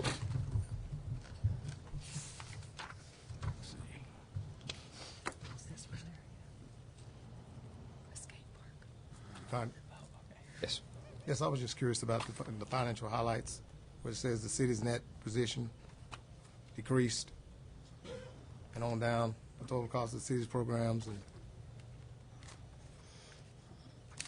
Okay. And that's taken straight from the statement of net activities on here. Yeah, I think, Mr. Crooks, maybe if you could just describe how this audit differs from the budget plan that was adopted and how you categorize programs and business-like activities. I think that's what there's some struggle there. One difference in this audit presentation this year from the past year, but it's a change every 2 years, is the OPEB liability. Okay. Which is the other post-employment benefit liability, and it actually increased by $2.8 million. That's basically the retired employees on your health insurance plan. And an actuarial actually comes up with that number. So, and that gets added into this. So when we say it net decreased by 1.9 million. Actually, 2.8 of that was that OPEB liability. I hate the OPEB liability. I think it means nothing, but maybe the actuarials have argued that it does mean something. It means because the retired employees that are on your health insurance plan, there's an assumed liability by the city, even though the city may not be paying for their health insurance cost. And for some reason, you have to put it on your financials. But the other side of it is if they go away, the liability goes away. If they die or if they decide to go on Medicare or something else. And it just doesn't make sense that it's on there because the city doesn't really have to pay for that liability. But because of GAAP and the GASB wants it reported on here. I think Mr. Brown had asked me what might be changing in the next year. There will be another liability to throw on here as far as the GAAP purposes go, and that is mainly from the unfunded pension liability. The pensions are going to come out with what the city of Muskogee is unfunded as far as maybe police, fire, or something, and those have to be reported within your financials, at least just on the statement of net position on the one page. It's not going to affect your actual fund accounting that Gene does here daily. But that will be thrown on there, and we have to wait on actuarial to come up with that. It could be $2 million. I know the city of Cushing's is $4 million. They could come back and say the city of Muskogee may have to put $10 million on there, and all of a sudden it's going to say your net position decreased by $10 million next year, but it's largely going to be from that liability. Things that show up as far as in my financials, when I say my financials, they're really your financials. I'm going to pick on the fire department because I had looked at it today, because Gene had asked me about something today. And my page is page 10 of the audit report. And I think the fire department has $7 million in expenses on the year. Okay, that's reported here. I think that was up about $750,000 from the prior year. That's what I recall. Those are that number is pulled from the general fund. It's from the non-uniform benefit, the fire benefit fund, the sales tax cap outlay fund, and the fire capital outlay fund. And those numbers are all the general fund, special revenue funds, and capital outlay funds, which are all part of your budget during the year, and those are within that budget. What I pull there's a specific account code for the fire department. I can't remember if it's 5010 or something to that effect. And it may have 30 different accounts under it where it's salaries and benefits, then materials and supplies, and possibly capital outlay and things to that nature. And all that is pulled. I have to summarize all that into one number basically within the general fund, within those other funds, and then those numbers are pulled to this number right here. The only number that I may have added that was added to this as far as the fire is the depreciation for the fire department. And Gene has me maintain the depreciation schedule for the city of Muskogee. So when I print that out, I have to add the depreciation that's in here. I've probably given him the depreciation schedule. I couldn't tell you what exactly was for the fire department, but over on another page it shows depreciation on the governmental funds itself is like over $5 million. Now, what's not reported in as far as the statement of activities, capital outlay is not reported here. It's added to your capital assets over here. And capital outlay for the governmental funds was over $8 million, which is added to your depreciable assets. It increased your total assets value, and then we had depreciation off of those, and that's the $5 million that came back off. I was picking on the fire department because that's what I looked at today. Does that help you understand that? Well, I think it's very technical information for them. And I wouldn't have the drill down at all that. Yeah. And I haven't looked at probably the numbers themselves for 2 months since I was here in the first week of November. But The I guess one of the reasons why we have to have an audit approved every year, you know, if we are going and trying to get bank lent loans or grants, federal grants, for example, they require that we have this is an A133 audit. yes, it is. Yeah, and so we, you know, most of the grantors from the federal government require that we have an A133 OMB circular grant. I mean, I'm sorry, audit.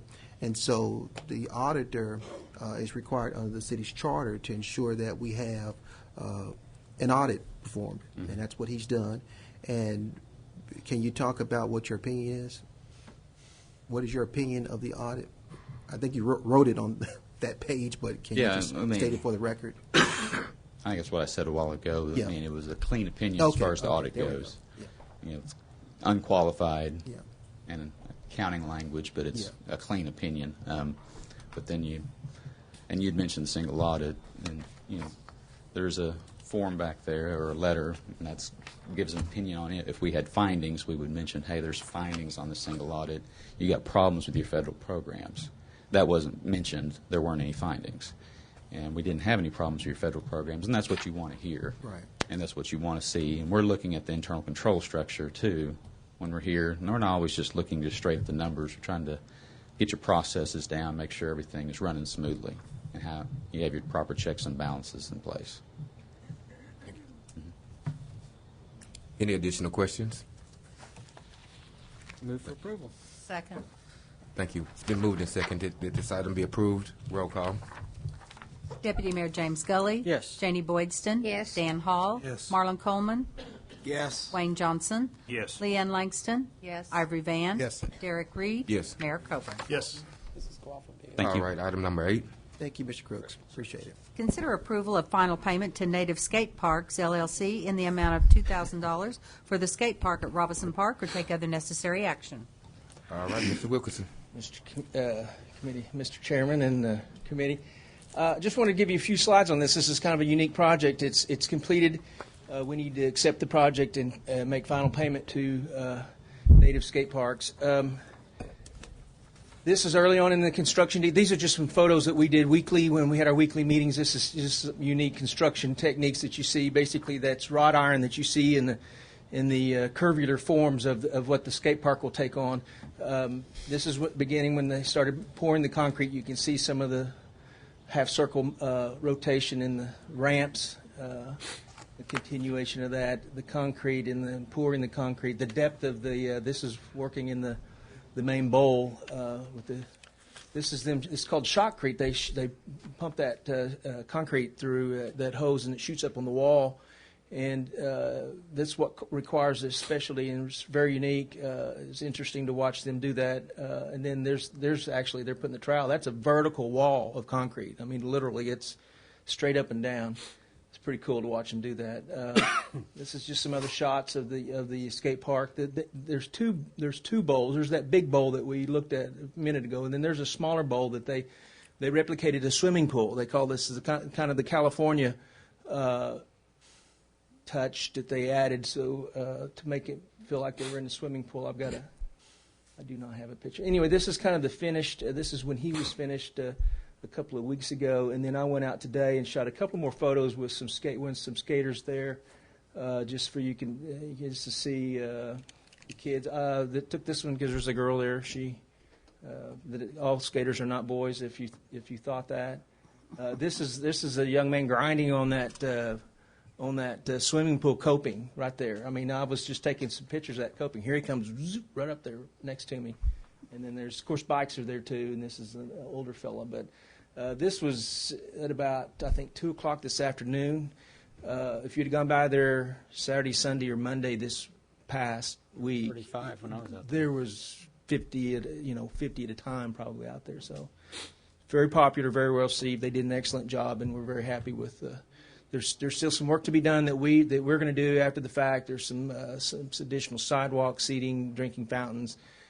We have a rule sign up, but we have a skate park sign to be made, and we're going to sod the entire disturbed area around the skate park pretty quick. So Do the construction workers skate on it after they? Yes, they do. I thought that was kind of interesting. Yeah, they are skaters. All the laborers involved. I mean, and not the gentleman, Greg Mize, the owner of the company. I don't think he skates, but he knows about skating, and he intentionally hires these guys that build the parks. They come from all over the country, primarily California, to work for him to build the skate park. So it's really cool, very interesting project. I stopped by there the other day to talk to some of the skaters to see how they were enjoying the park. Ivory Van wasn't there, so I didn't know if I could ask, but they were excited about it, and I said, well, can you drop into this big one for me? I want to see how you do this. He goes, oh, no. So these really good skaters who were flying all over the place were like, no, that's kind of scary for me. But they were welcoming Ivory to come out and do it, and I said, I'll see if he'll come out. But they were enjoying it. They loved it. The only additions that they were wanting was some lights so they could do it longer. And what was amazing about this is that they had their brooms out there. They had dustpans. They were cleaning up after themselves. If anything got on the deal, they were sweeping it off. So because it keeps them from getting caught up in the wheels, and they're really excited about it. I couldn't see anything. They said they were so proud of it that if anybody tagged it or anything, they were going to be highly upset, and they'll take care of it. They do. They keep a broom and a dustpan out there. I'm not sure where that came from, Mr. Johnson. It may be, or Mr. Hall. It could be from some school. But they clean it themselves. They want it to be clean so they can clean. I did forget to mention one more thing because the mayor mentioned this earlier. We're very thankful for the City of Muskogee Foundation providing half of the funds in the Ruby Family Trust. This was actually Mrs. Ruby's idea to build a skate park there, and so the Ruby family paid for half, and the City of Muskogee paid for the other half. All right. Ivy Van. I'd like to say, Mark, thank you, y'all, to the Parks Department. Y'all doing a great job. And I'd like to thank the Native Skate Park. I'm telling you what, I said it before and I'll say it again. Those are the best contractors I've ever seen out there at Robinson Park. And DJ, thank you for the City Foundation. Thank you for helping our community on behalf of the Robinson Park Community Association, and also to the Ruby family. The lady that's the veterinarian, this was her idea. So I've finished all my pictures. I just have to take my CDs now and get them made, and I'm going to send the Ruby family a CD of everything that has went on at the park, and plus the foundation. And also, we're going to get ready probably for the next phase. If y'all notice, I got a toilet up here. Toilet. So we're getting ready for our bathroom. So if you're going to have a nice skate park, we need a nice toilet to go with it. So on behalf of the Robinson Park Community Association and myself, I would like to thank everyone for participating. All right. I'm afraid you're going to challenge us to skate. I was getting a little worried. Just for acknowledgments, this side has the Porty Johns, and so now he brought out the actual toilet over there. So that's the next phase. Any other questions or comments? Just a wonderful addition to our community. I'd like to say also, see how the council get along. Mr. Johnson started this. Mr. Hall over there with his porta potty. So I thought I'd add a little flavor to it, bringing this toilet. But we all get along up here. It's just about fun. Janie, you're going to enjoy us, especially me. Do we have a? We do. Okay. At this time, we have the roll call. Deputy Mayor James Gully. Yes. Janie Boydston. Yes. Dan Hall. Yes. Marlon Coleman. Yes. Wayne Johnson. Yes. Leanne Langston. Yes. Ivory Van. Yes. Derek Reed. Yes. Mayor Coburn. Yes. All right. Item number 9. Consider approval of receiving donated funds from Neighbors Building Neighborhoods Nonprofit Resource Center in the amount of $2,641 to be used for the purpose of travel and training expenses associated with the community-oriented policing program. Chief Hendricks. Mr. Chairman, Council, this money will be used for about 5 officers to go to Los Angeles. Los Angeles Police Department has looked at Muskogee's demographics, and they have put together a specialized training program to help build our community policing efforts here in Muskogee. Things like our neighborhood resource officer, police athletic league, crisis intervention. Those are part of our community policing effort. And really what community policing is all about, it's using non-enforcement techniques to help people solve problems, and that's why we're trying to develop these. So it's changing the complexion of our department to some degree, because you're going to see some staff positions grow, because we've got to grow in that area in order to get officers in the communities so that they can work individually with people so that they can solve problems, everything from whether it's a maintenance of property to traffic issues. But our community policing efforts are going to have to grow. Policing is changing, and we're part of that national question now, and I think that this program is going to be very beneficial to us. Any questions or comments? Move for approval. Second. It's been moved and seconded. At this time, the roll call. Deputy Mayor James Gully. Yes. Janie Boydston. Yes. Dan Hall. Yes. Marlon Coleman. Yes. Wayne Johnson. Yes. Leanne Langston. Yes. Ivory Van. Yes. Derek Reed. Yes. Mayor Coburn. Yes. Thank you. That was our final item, so the Finance Committee is adjourned at this time. We'll now call to order the Muskogee Redevelopment Authority, January 15, 2015. Roll call. Mayor Bob Coburn. Here. Deputy Mayor James Gully. Here. Dan Hall. Present. Marlon Coleman. Here. Janie Boydston. Here. Wayne Johnson. Here. Leanne Langston. Here. Ivory Van. Here. Derek Reed. Here. Item number one. Mayor, if you Yes, don't sir. mind, I'm going to need to leave. I would like to say something about David Jones before I leave, if you don't mind. Is it good? For David Jones, yes. Okay. David and I got elected on the city council at the same time 9 years ago, and he has been just a joy to work for. I've known David forever, but working on the city council, like Ivory says, we get to know each other better on a more personal basis, and talk about somebody who's got a heart for Muskogee. And that's always been his vote was what's going to move Muskogee forward. And I think in the 9 years that he served here, we have really moved the city of Muskogee forward.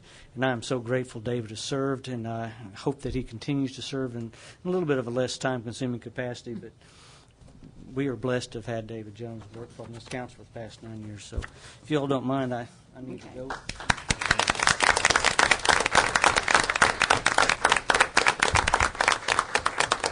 Thank you, sir.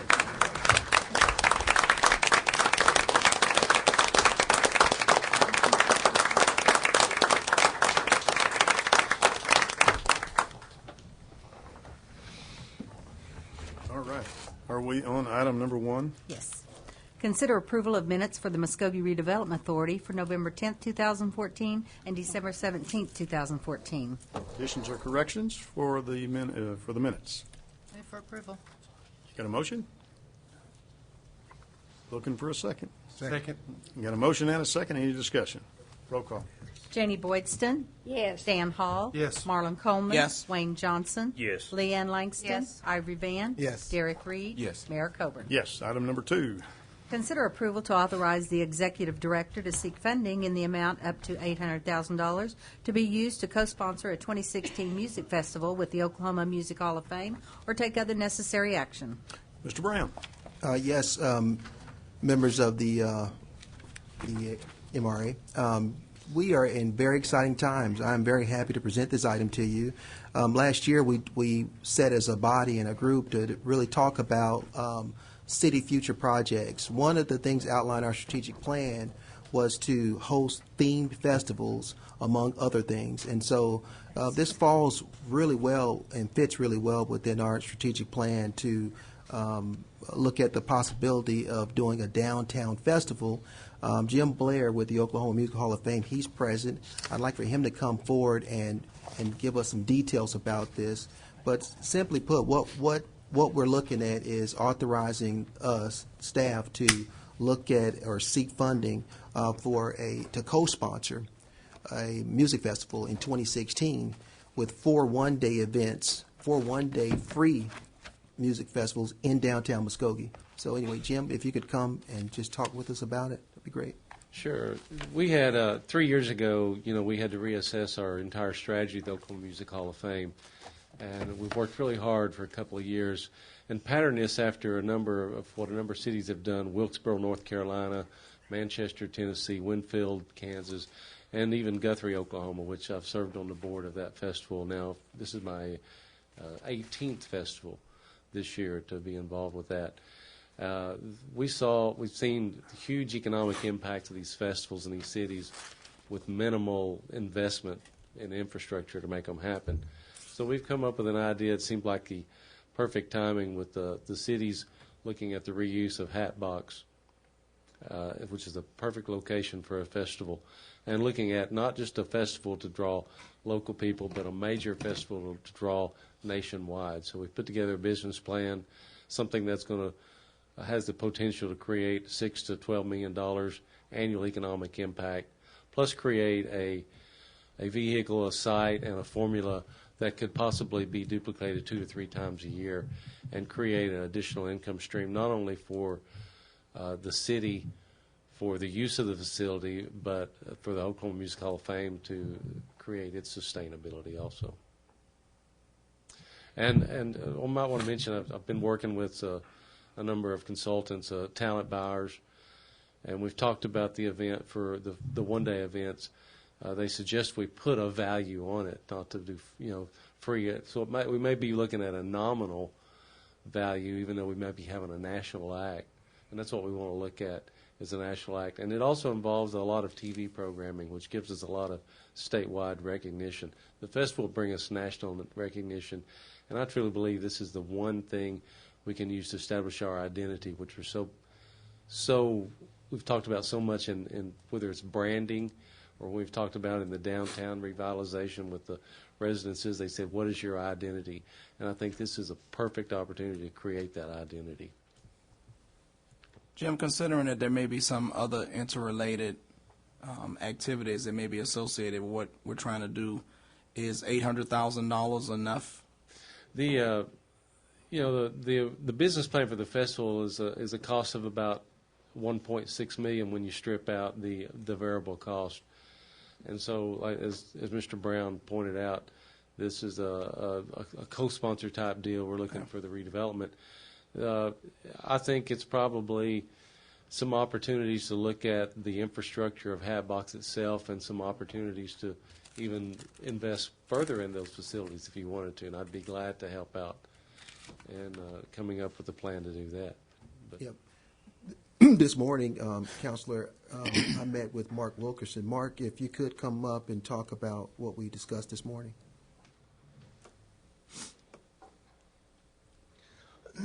As you're aware that we've identified pieces of Hatbox, the plan, the redevelopment, the repurposing, the plan is for this type of venue, for an open space, amphitheaters, an amphitheater identified there. But the kind of the intent was to be able to host this. And of course, the infrastructure is not there currently. So I think we would need to do something to prepare the site for this.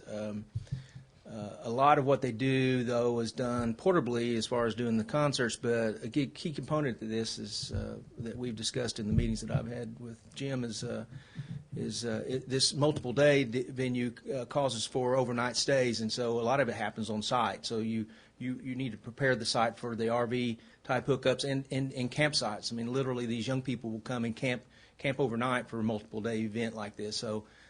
And a big part of that is the financial stream that brings to the community is when they come, they pay their fees, which they pay fees to do that. Would come back to the city. That would, I think, my understanding, my thinking is that'd be the revenues coming back to the city that would pay these loans back. So, and that's just a piece. And so there'd be some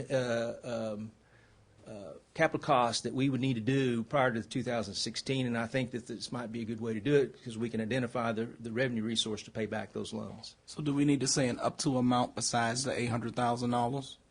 I think that'd be a wise thing to do. Because we originally looked at about $800,000, 1.6 divided 800.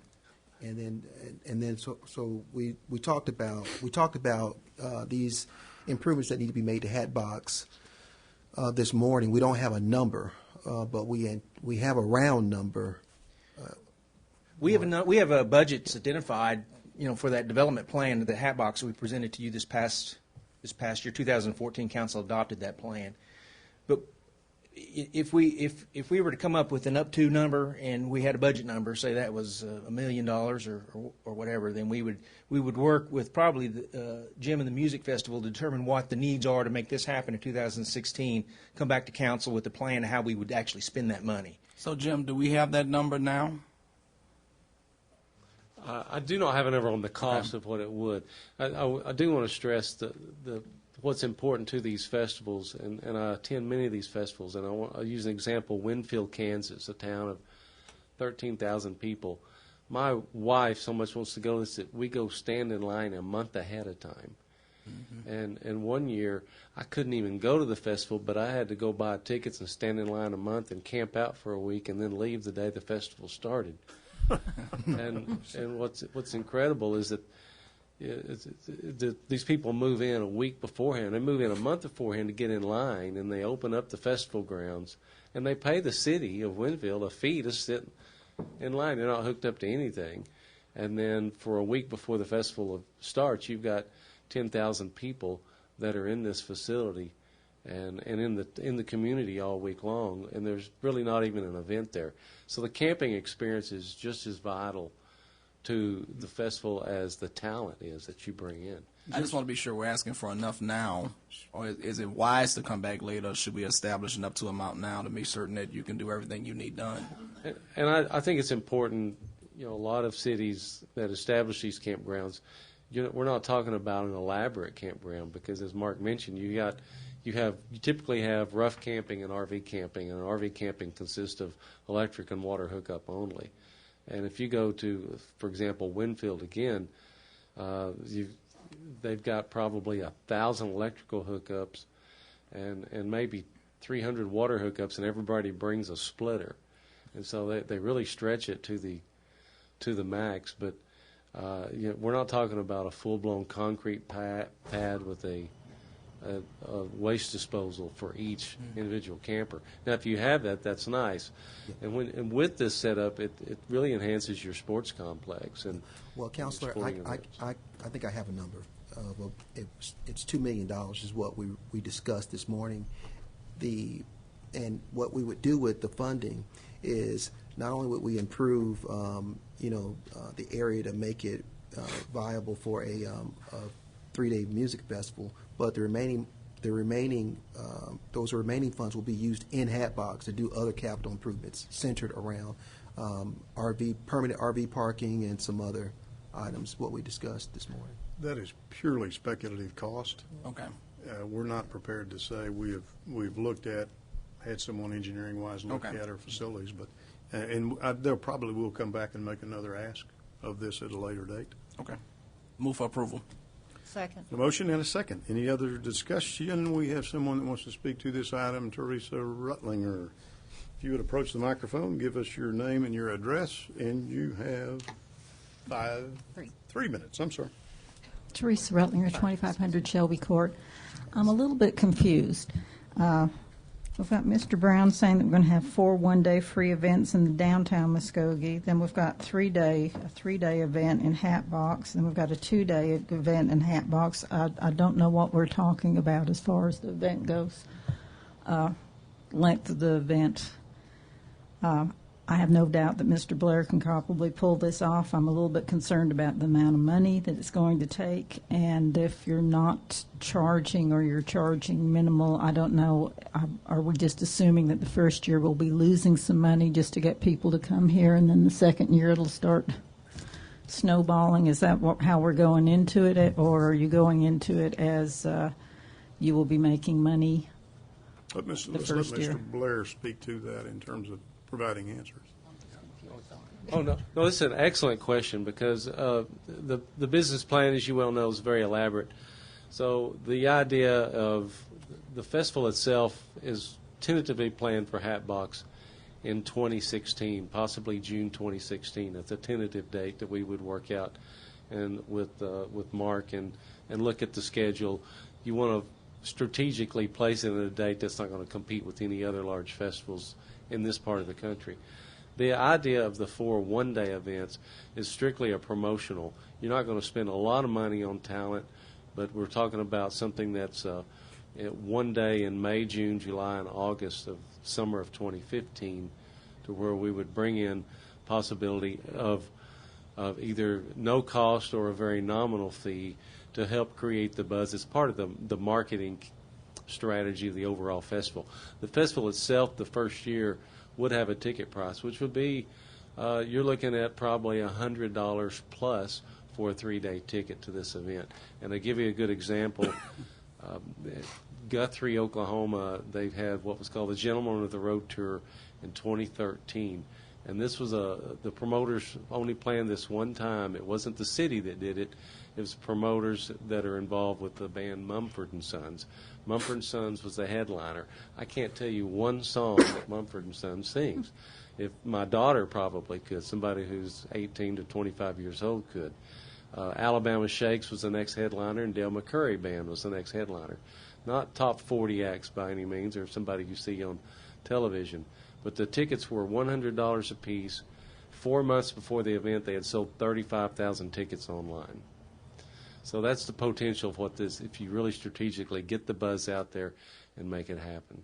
Give us just a quick snapshot on the size of Bonnaroo's population of their town, Winfield, and Guthrie. I think that's kind of an impressive thing as well. Bonnaroo is a festival in Tennessee, Manchester, Tennessee. The population is under 12,000 people. They started their festival in 2002, had 25 acts on 3 stages, and we are talking about a multiple stage event here. The headliners were Dave Matthews Band and Bela Fleck and the Flecktones. That was 2002. Hugely successful from year one. 2013, their headliner was Paul McCartney. 2014, Elton John. In 2015, they just announced their headliner will be Billy Joel. So, what kind of financial impact on the community? That's the area around Manchester. The annual economic impact exceeds $50 million a year. It is a huge festival. It is now 125 acts on 25 stages to get to 50. Wilkesboro, North Carolina has a festival called Merle Fest. It is they have about 30 acts, and you can look all these up online. These sell out online. It gets close to the festival. You can't just go buy a single-day ticket. Bonnaroo ticket is $264. $232 is your ticket price, which is taxable.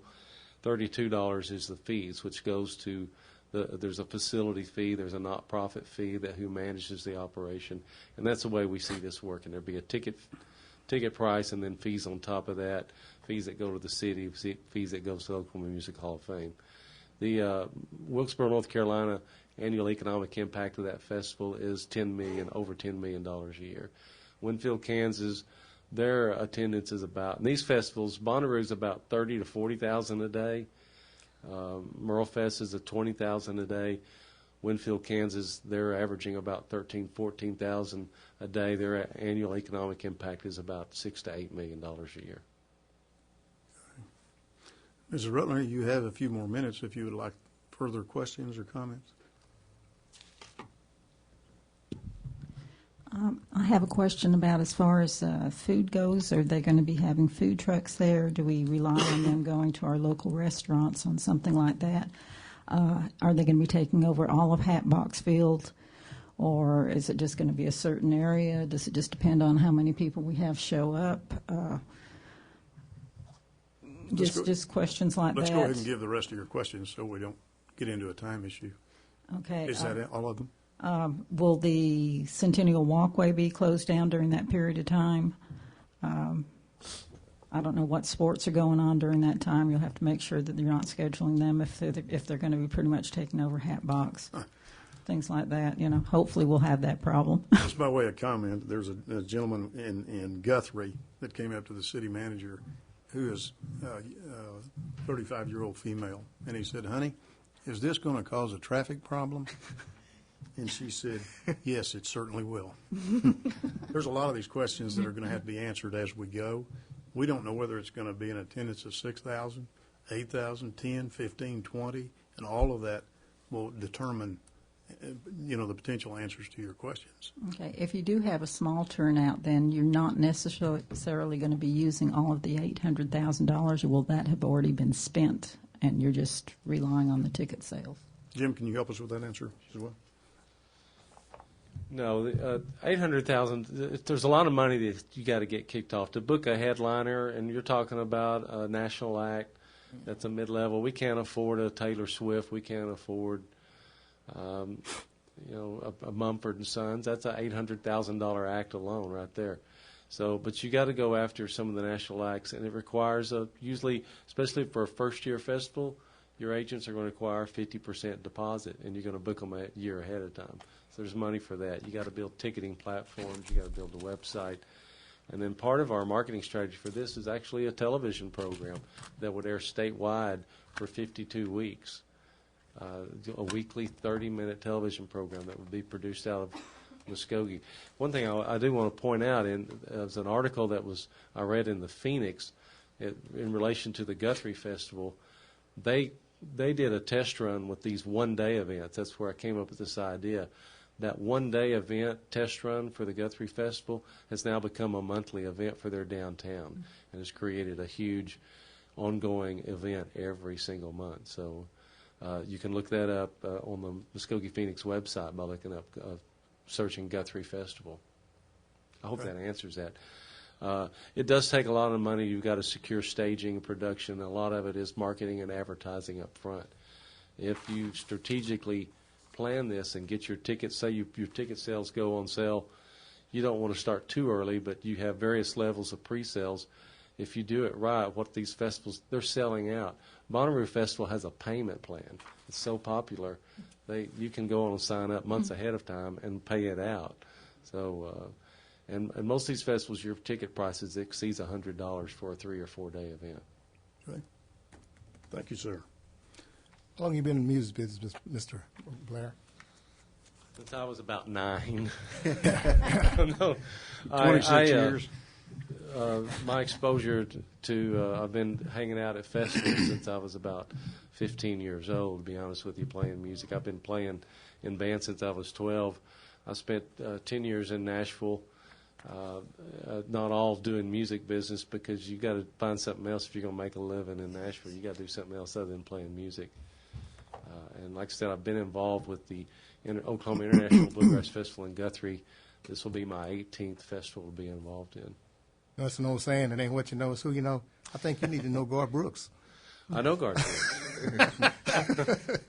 Have you got his cell number?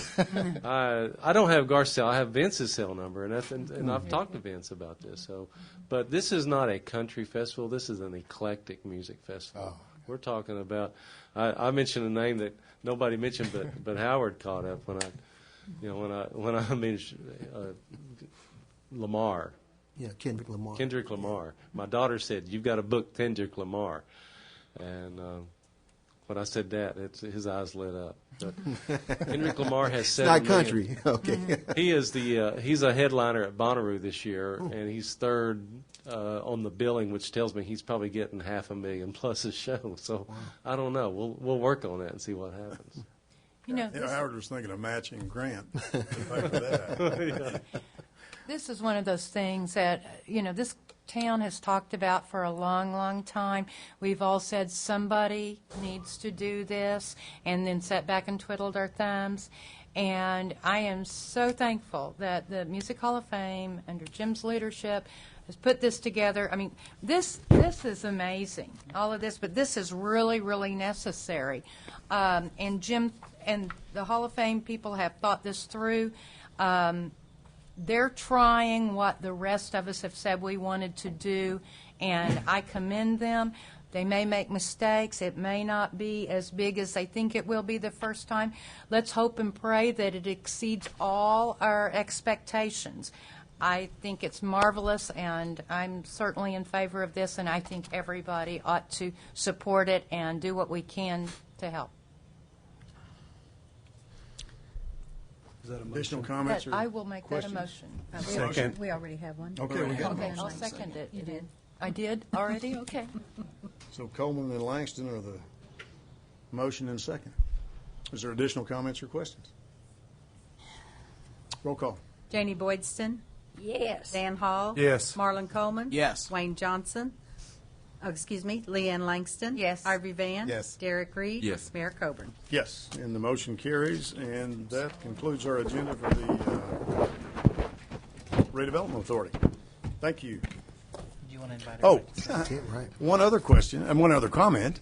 We're having a short reception for Councilman David Jones, whose last meeting officially to be here is today. David served 9 years on the council, and as Councilman Gully said, has done an absolutely wonderful job and is a huge city servant of this city. And so take a chance to stay, drink a little punch, eat a little cake, and say thank you, David, for years of service. Thank you, David Jones family, for what you've done.